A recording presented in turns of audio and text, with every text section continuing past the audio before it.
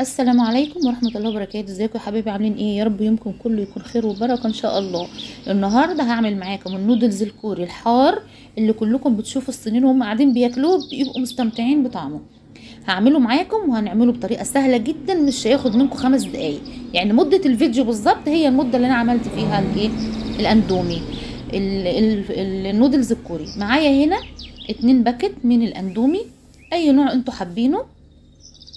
معايا شطه، وطبعا حسب الرغبه، انتوا عايزينها حاره قوي سبايسي قوي اعملوه، عايزينها بسيطه عادي. معايا بابريكا، ومعايا معجون صلصه طماطم اللي هي معلقه واحده بس، على قد انا عامله على قد الكيسين. جبت هنا الوك، حطيت فيه شويه من الزيت، طبعا حاطه شويه زيت ذره زي ما انتوا شايفين. الزيت سخن، هنزل بالشطه ونزلت بالبابريكا. طبعا لو عندكم صويا صوص هيبقى افضل، انا كان عندي بس بصراحه خلصت فما حطيتش. وهنا نزلت بالمعلقه المعجون الطماطم، معلقه واحده كفايه على قد الاتنين الباكت. هقلبهم كده على النار عشان بس الطماطم، صلصه الطماطم تطلع منها اللي هي الحموضه خلاص، لانها بتبقى معلبه. حلو قوي كده. هنا بقى نزلت بشويه من الميه، كفايه كده. هقلبه، طبعا الصلصه هتبقى متكتله شويه عشان متشوحه على النار، لكن هي سرعان ما هتبصوا تلاقوها دابت بسرعه. اهي شفتوا معايا هنا ده فلفل حلو، يعني فلفل حلو مش حر مش حراق زي الشطه اللي احنا بنجيبها الحراقه، تبقى فيها طعم مسكر شويه. ما عندكوش الفلفل ده ممكن تحطوا معلقه صغيره من السكر او معلقه من العسل. وهنا ده طبعا الكيس اللي جوه الاندومي، لو انتوا مش عايزين تحطوه ممكن تحطوا مرق الدجاج. انا هحط طبعا الباكيتين، 2 الباكت، لان هما كانوا في الكيسين.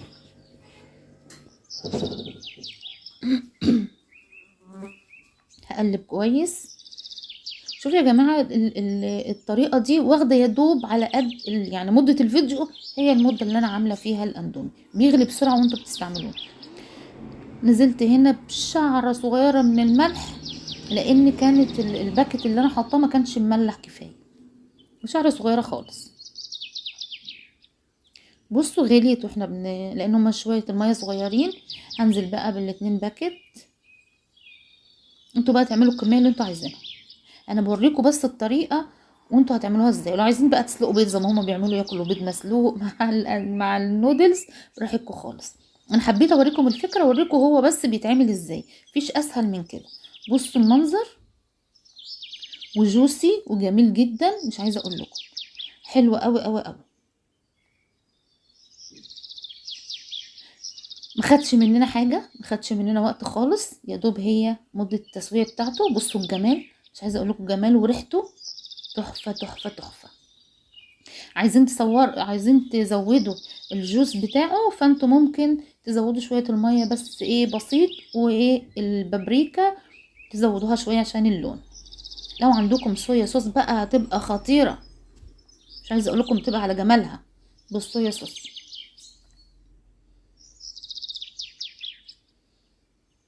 شايفين؟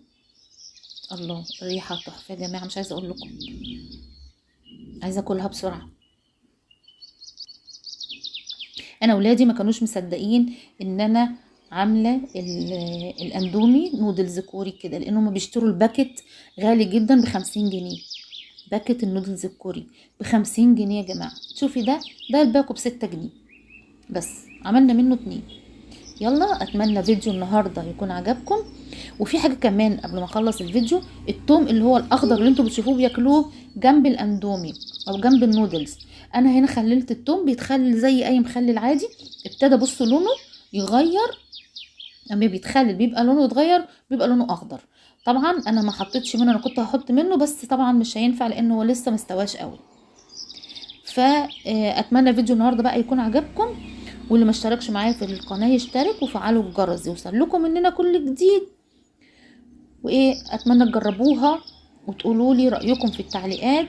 قولوا له اكله واي حاجه يبعت لي يقول لي عليها وانا اعملها لكم بشكركم على حسن متابعتكم، والسلام عليكم ورحمة الله وبركاته.